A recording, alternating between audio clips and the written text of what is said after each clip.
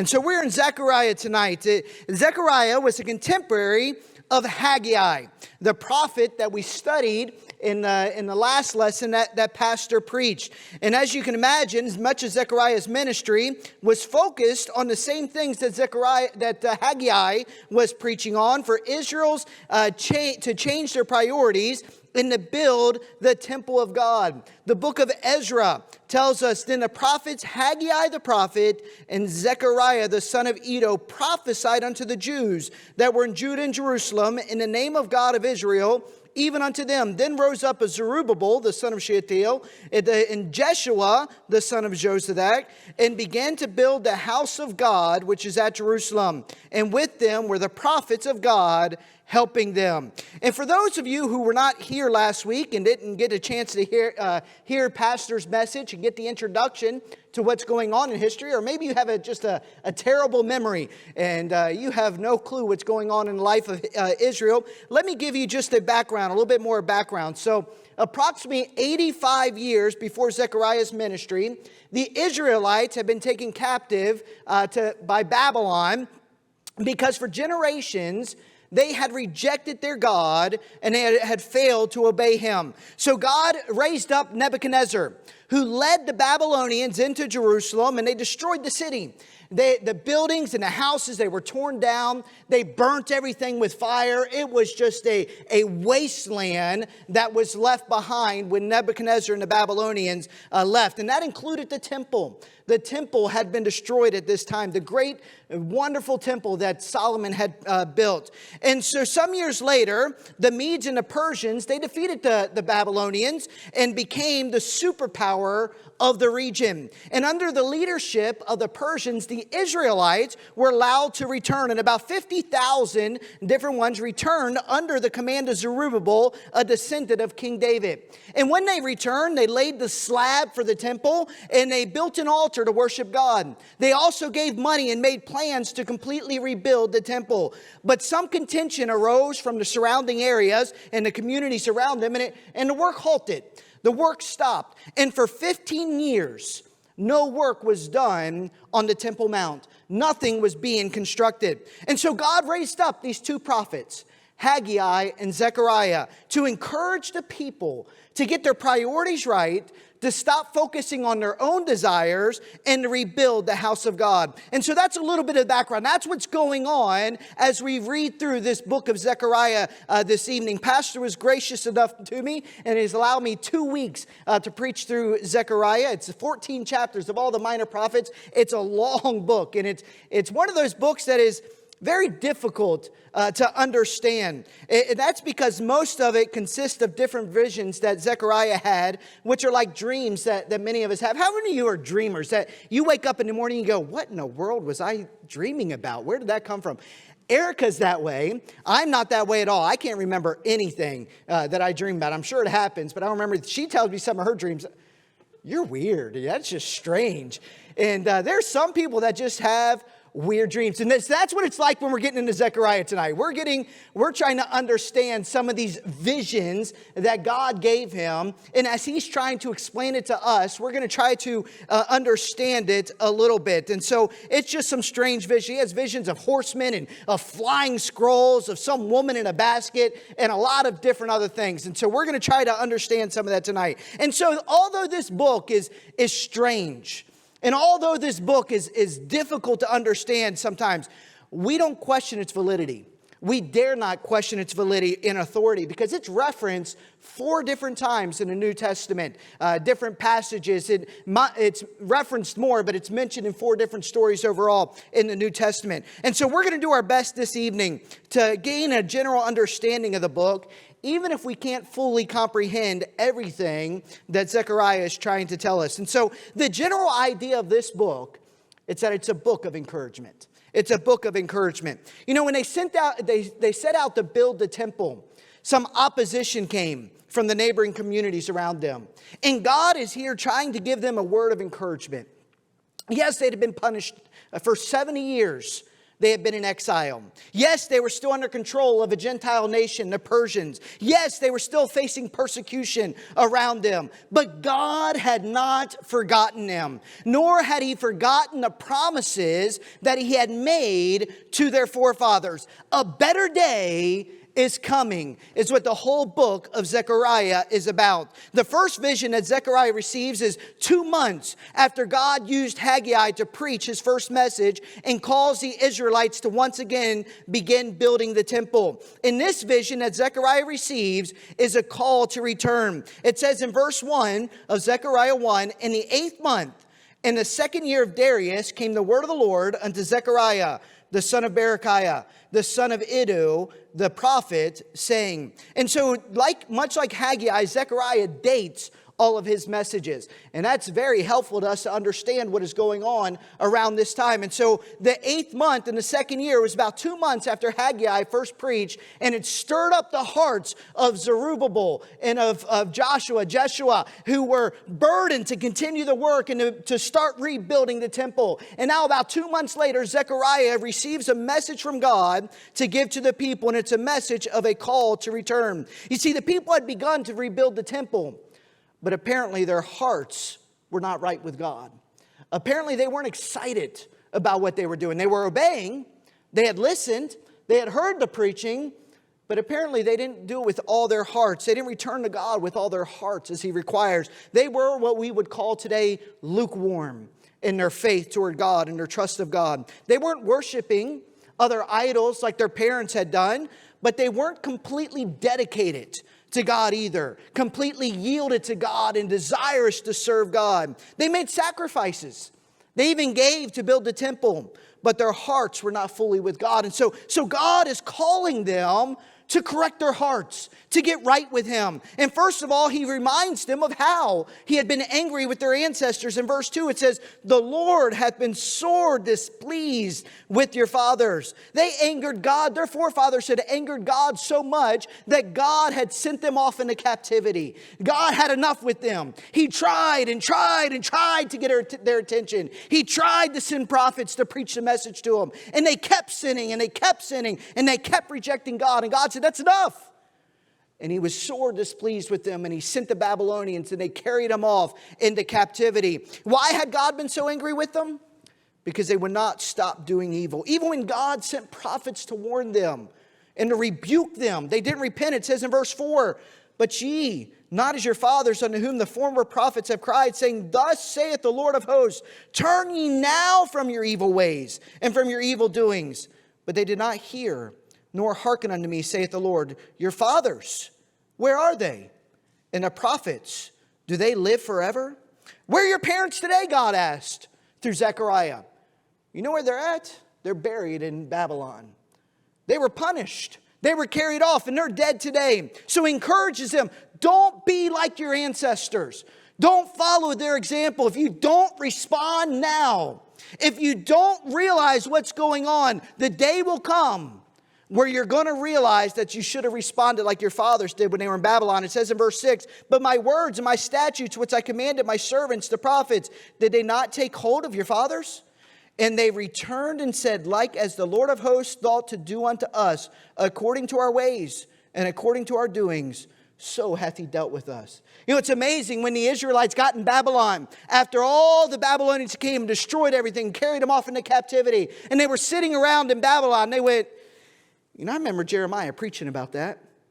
I remember Habakkuk preaching about that. I remember Micah preaching about that. And everything that God said was going to happen, he actually did it. And they sat around, they went, oh man, we really messed up. And so Zechariah is calling to these people. He said, don't be like your fathers who waited too long. They waited to the last minute. They didn't listen to the message. They didn't listen to the message. Their hearts were evil. And so they got carried away into captivity. And God kept his word. And Zechariah is saying to them, don't be like them. Change your ways now. Don't wait till it's too late. Don't wait till the judgment comes. Change the way that you're acting now. And so in verse number 3, he says, therefore say thou unto them, thus saith the Lord of hosts, turn ye unto me, saith the Lord of hosts, and I will turn unto you, saith the Lord of hosts.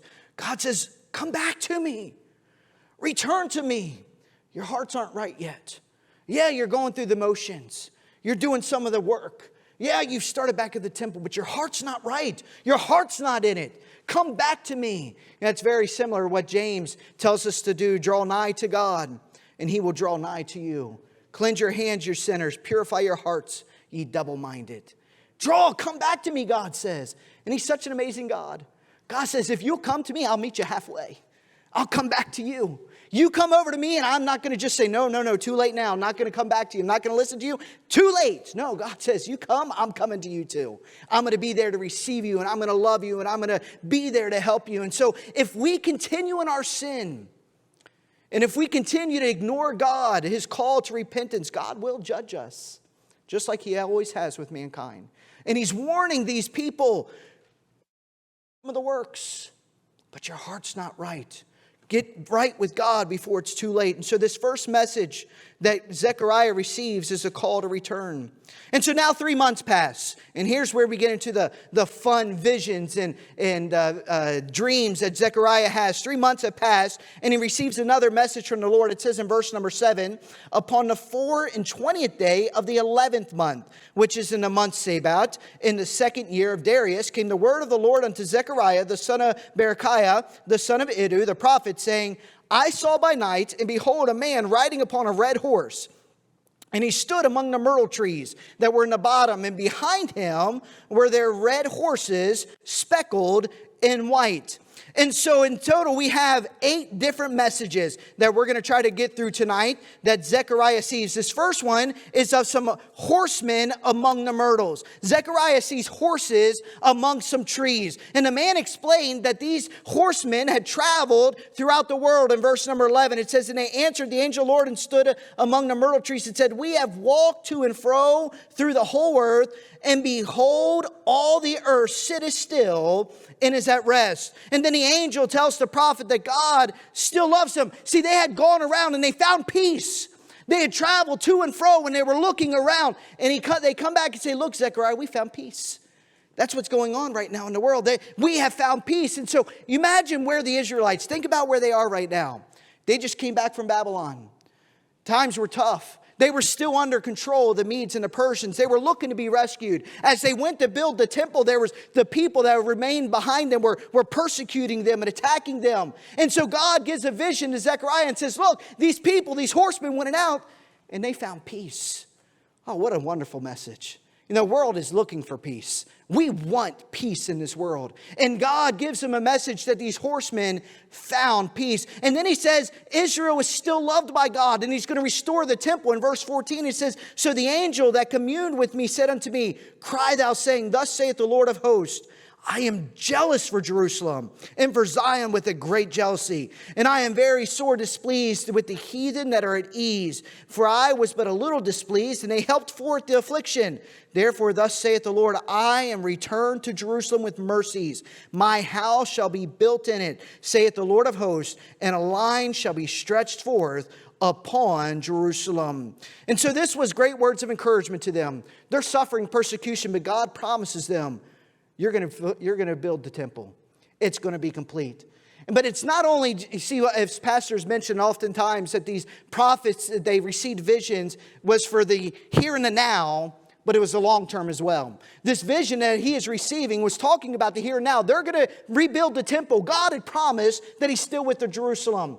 But it's also going to be fulfilled in the future as well. The temple is going to be built once again. The world might not believe it. There's a giant globe dome that's there right now, and the world doesn't understand how it's going to happen, but God has promised it will happen one day, and God will rebuild his temple. And so here they are in the midst of this, trying to build the temple, and God says it's going to happen.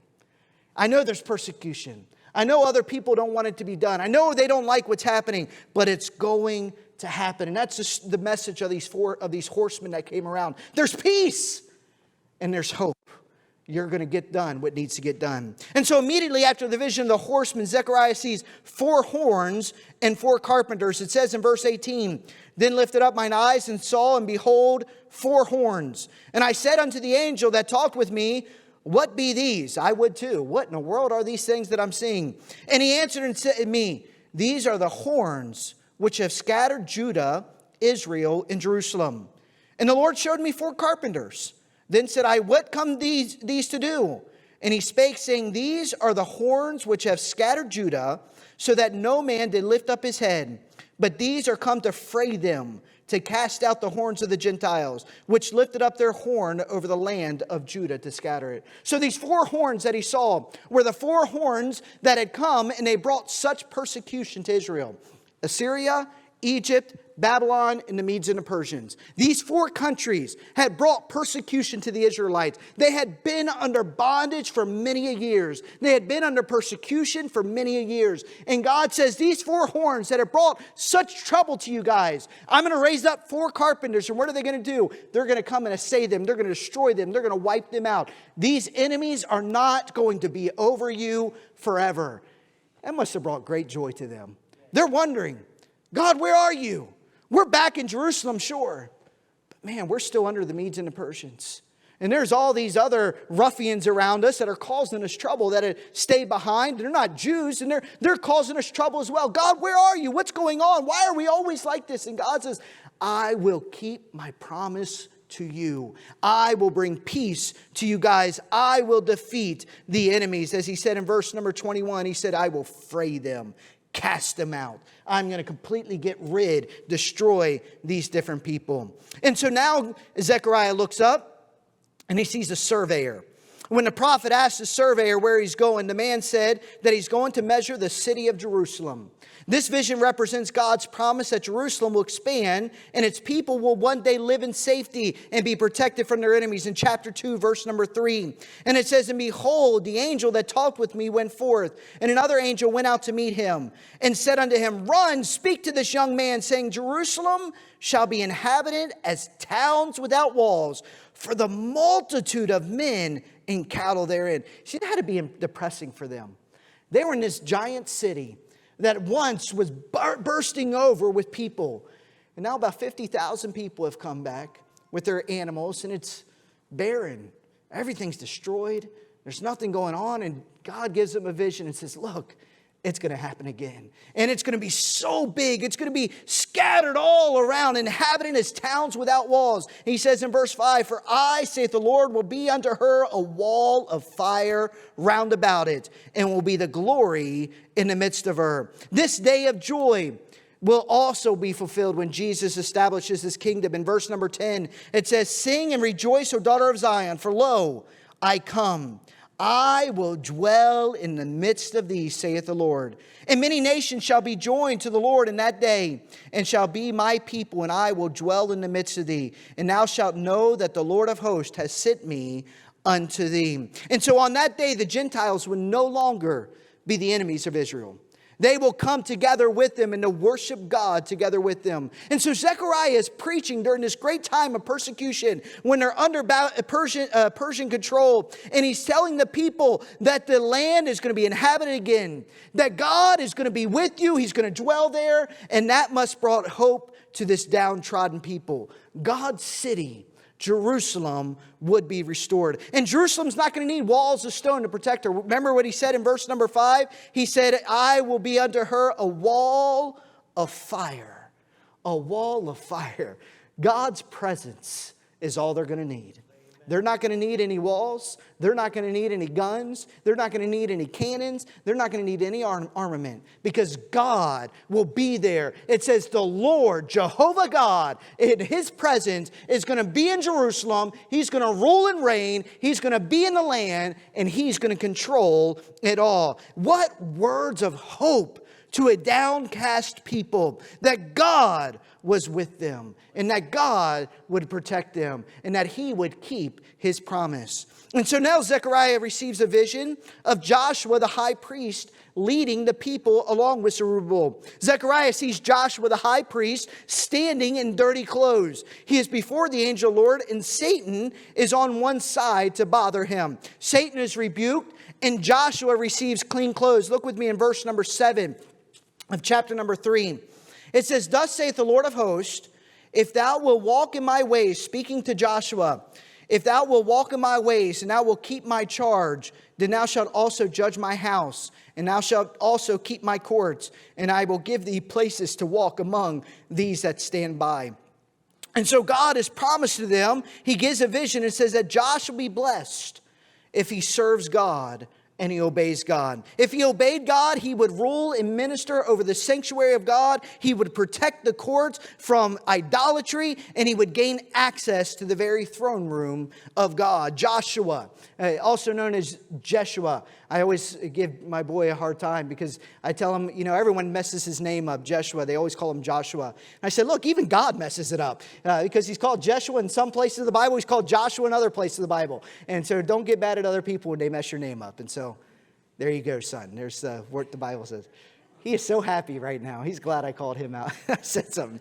And so here is this vision of Joshua that God will bless him. And the vision ends with God reminding Joshua that his position is just a sign. It's a sign of a future servant who would come and that he would fulfill the role of the perfect priest one day. As it says in verse number 8, hear now, O Joshua the high priest, thou and thy fellows that sit before thee, for they are men wondered at. For behold, I will bring forth my servant, the branch. Speaking of Jesus Christ. For behold, the stone that I have laid before Joshua, upon one stone shall be 7 eyes. Behold, I will engrave the graving thereof, saith the Lord of hosts, and I will remove the iniquity of that land in one day. In one day, he's going to perfectly, completely wipe out all of the sin in the land of Israel. We know that wasn't completed with Joshua the high priest. But the day is coming when Jesus Christ returns. And when Jesus Christ returns, in one day, he's going to wipe out the sin that is in the land of Israel. He's going to destroy the sin that is upon that place. And he is going to be called the branch. It says in verse number 10, it says, in that day, saith the Lord of hosts, shall ye call every man his neighbor under the vine and under the fig tree. What does that mean? It's going to be a place of peace. It's going to be a place where everyone just gets together and sits around under the fig tree and says, hey, Johnny, come over here. Let's sit down and let's just enjoy some mate, as they would do in Uruguay together, or some sweet tea around here. Let's just sit down and enjoy life. And that's what he's talking to. They're going to have a time of peace. When you think of Israel today, peace is not the word that comes to mind. It's called the city of peace, but it's not a place of peace right now. But a day is coming. A day is coming when the real priest comes and he's going to establish, he's going to remove sin, and the mankind is going to sit together in peace, enjoying the presence of Jesus Christ. And so sometime later, Zechariah gets another vision. We don't know if it's the same day. We don't know if it's sometime different. It just says in verse number 4, or chapter 4, verse 1, and the angel that talked with me came again and waked me as a man that is wakened out of his sleep. And so we don't know what that is. At some point, an angel came back to Zechariah and he talks to him again. And in this vision, Zechariah sees a golden lampstand with 2 olive trees. In this vision, the golden lampstand is being fed with oil from the 2 olive trees. And these 2 olive trees, it tells us in chapter number 4, represent Zerubbabel, who is the leader over Israel at this time, in the place of King David. And then you have Joshua, who's in the place of the high priest. And they are both feeding oil into this golden lampstand. They are the olive trees. And the golden lampstand represents the temple and the community of worshipers at the temple. And God was pointing out that once again, that the people would be able to rebuild and finish the work of building the temple. Zerubbabel's main task that God had commissioned him with was to rebuild the temple. And with the apathy of the people and the amount of work that they had to do, the project was seen as a mountain before him. It says in verse number 7, it says, who art thou, O great mountain, before Zerubbabel? He said, it's a big thing. This mountain, it's right in your way. This rebuilding the temple, it's right there. You can't get across it. But he said it's going to be made, it shall become a plain. It's going to be something easy to get across. And what's going to happen? He said, and he shall bring forth the headstone thereof with shoutings, crying, grace, grace unto it. The headstone was the thing they put at the pinnacle to symbolize that the work was finished. This was done. This was not the cornerstone that was laid to start the project. This was at the end of the project. It was almost a decorative piece of stone that was put there to show it's done. It's almost like a ribbon cutting ceremony that they do today. When the project's been done, they pull out that large ribbon and the big old scissors and they cut it. Why do they do that? And they're showing the project's been completed. It's done. It's a ceremony. And that's what Zerubbabel was going to do with the headstone. He was going to be the one to place it on the temple to signify that the work had been done. So God is encouraging them. Zerubbabel, the work will be completed. I know it's hard. I know it's difficult, but you're going to get the task done. But Zerubbabel, remember, you can't do it on your own. Look at verse number 6. And he said, then he answered and spake unto me, saying, thus saith the Lord unto Zerubbabel. This is the word of the Lord unto Zerubbabel, saying, not by might, nor by power, but by my Spirit, saith the Lord of hosts. Zerubbabel, the only way that you're going to be able to get this done is by my Spirit. You can't do it on your own. Isn't that applicable to us today? Any work of God is going to face setbacks. It's going to face opposition. Any work of God is basically a mountain in our way. We can't get it done in our own strength. But by the power of God, the Spirit of God, mountains become plains. How many times have we seen God do miraculous things? This building was a prime example of that.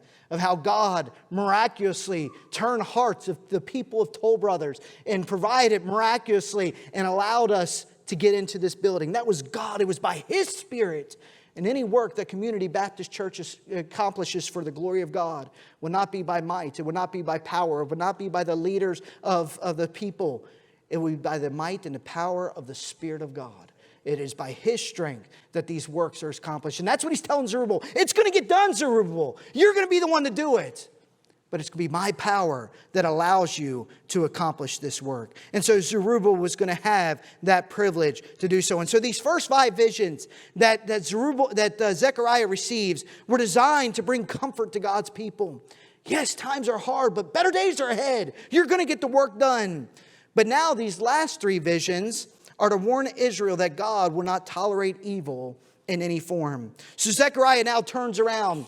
And what does he see? He sees a giant scroll flying through the air. It says in chapter 5, verse number 1, that I turned and lifted up my eyes and looked, and behold, a flying roll. And he said unto me, not a biscuit roll. This is like a scroll, okay? A giant roll, that'd be exciting. This is a scroll that was flying around. And he said unto me, what seest thou? And I answered, and I see a flying roll. The length thereof is 20 cubits, and the breadth thereof is 10 cubits. That's about 30 feet wide, or 30 feet long by 15 feet wide.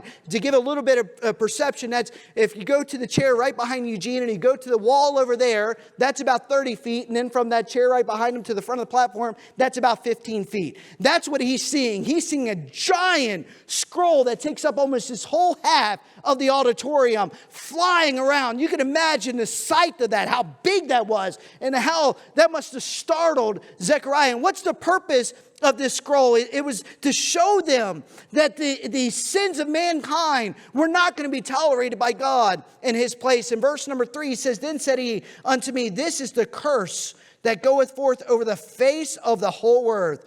For everyone that stealeth shall be cut off, as on this side according to it. So it's a representative of everyone that steals. All the 10 commandments that have to do with sinning against mankind, and that's on that side of the scroll. They're going to be cut off. And then you have the other side of the scroll. It says the latter part of verse 3, and everyone that sweareth shall be cut off. Those who swear frivolously in the name of God, who use God's name in vain, and they don't honor the name of God, they as well are going to be cut off. He's referencing this scroll as the 10 commandments that is going to fly around, and God is showing them that sin results in being cut off from the blessings of God. God deals with the sin of people. God's judgment would fall on all who disobey His law. And that's what Zechariah is seeing. And then he looks up and he sees a woman in an ephah, or a giant, or a basket. This basket could hold about 30 liters. You think about your 2 liter bottles, do 15 of those. And so it was a decent size of the container of it. And on the basket, there's a lead cap. And the angel opens up the basket to reveal a woman sitting inside of it. In verse 7, it says, behold, there was lifted up a talent of lead. And this is a woman that sitteth in the midst of the ephah, the basket. And he said, this is wickedness. That woman must not have looked very nice. He opens up, whoo, no, this is wickedness. And he sees this woman and he sees her and he goes, whoa. And what does he do? And he cast it into the midst of the ephah and he cast the weight lead upon the mouth thereof. He put the top back on it. He said, whoa, I can't look at that. And he puts the top back on it. This was wickedness that he was seeing. This was God showing him the wickedness that was in mankind and what was going to happen to this wickedness. Zechariah then sees two other women with wings that come along. And these women, it says in verse number 10, it says, then said I unto the angel that talked with me, whither do these bear the ephod? They picked up this basket and they carried it off. To where? Verse 11, he said to me to build it a house in the land of Shinar. Shinar is in the land of Babylon. It's in the place where Babel, the Tower of Babel was built. This was in Shinar.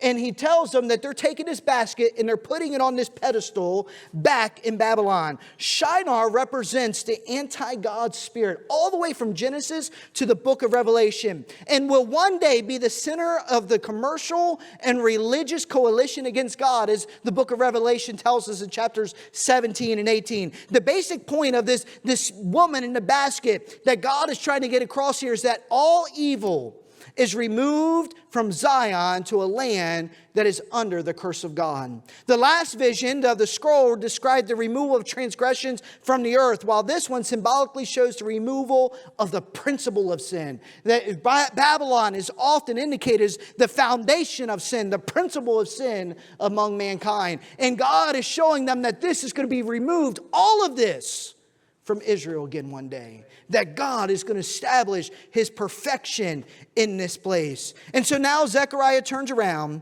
and he sees 4 chariots.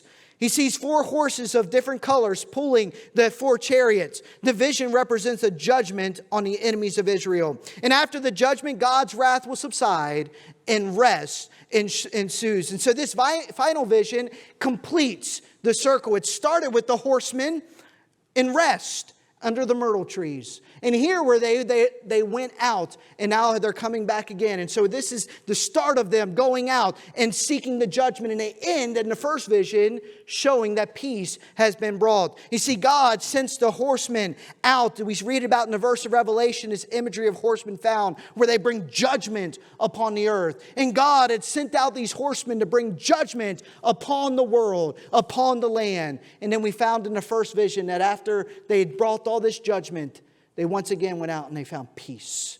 Peace for God. So God is bringing judgment. And so that's the visions. That's where we end with all these visions that he has. And it's all about God still judges sin, but he's still bringing peace and hope to Israel. And so then Zechariah wakes up.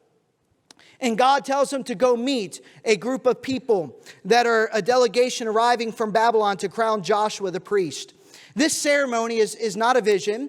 It's a real historical event that happened, and it seems to take place after the night visions. But Joshua's coronation is closely related to these revelations of the 8 night visions. And so the visions expose the glorious destiny of Zion, God's people, and the final doom of Zion's enemies. And with the coronation of the high priest Joshua, the glorious reign of the Messiah king priest is symbolically established here. The Messiah, as it says in chapter 6, verse 12, would be called the branch. And it says, he speak unto him, saying, thus speaketh the Lord of hosts, saying, behold the man whose name is the branch. And he shall grow out of it his place, and he shall build the temple of the Lord.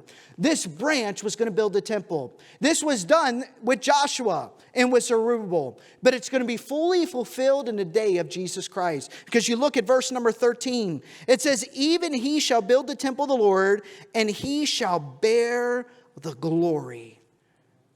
This man is going to bear the glory of God, the Shekinah glory that came down upon the temple is going to be upon this man. And this man, he's going to sit and he's going to rule upon his throne, and he shall be a priest upon his throne. And the counsel of peace shall be between them both.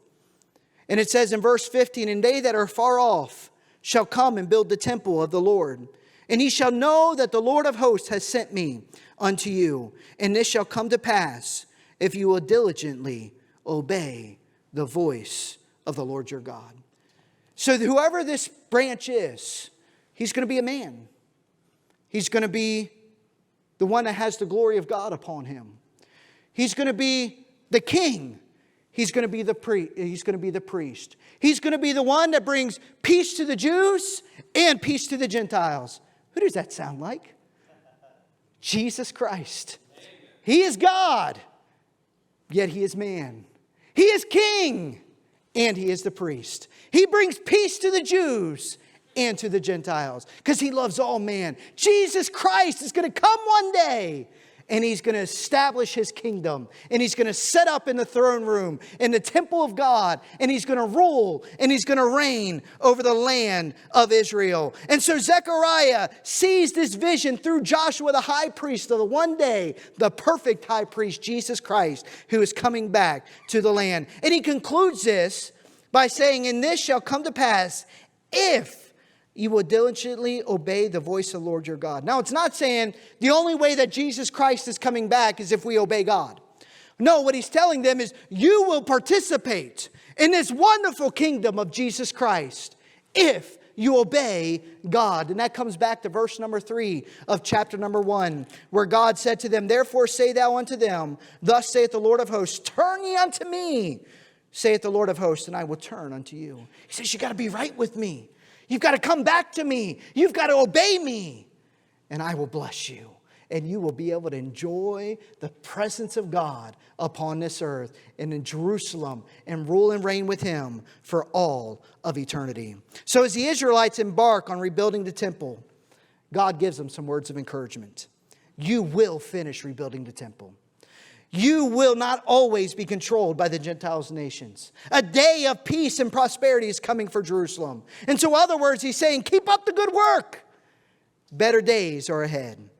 But their ability to participate in these days to come depended on their willingness to turn from their sin and to return to God, doing what he has said. And that is true for us today. You know, life can be difficult from time to time, but better days are coming. Better days are ahead. We must keep doing what God has told us to do, to keep obeying. Stay busy doing the little things. And if we do, we can participate in a kingdom of justice and peace. And therefore, Zechariah said, "Turn ye unto me, saith the Lord of hosts, and I will turn unto you." Or as James said, "Draw nigh to me, and I will draw nigh to you." Will you return to God today? Are you close with God? Are you lukewarm in your Christianity? Are you discouraged? God, we keep trying and trying and trying. It just seems like nothing's happening. God, where are you? Are you not with us still? Are you not doing what you said you were going to do with your church? God, where are you?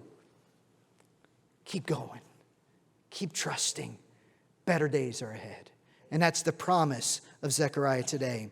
And that was a word, that was a message of encouragement to this downtrodden people. Keep it up. Better days are ahead. Just serve me with all of your heart. Let us pray. Thank you for joining us for part of a Sunday service at Community Baptist Church. I hope to meet you soon. May God impress His love upon your heart this week.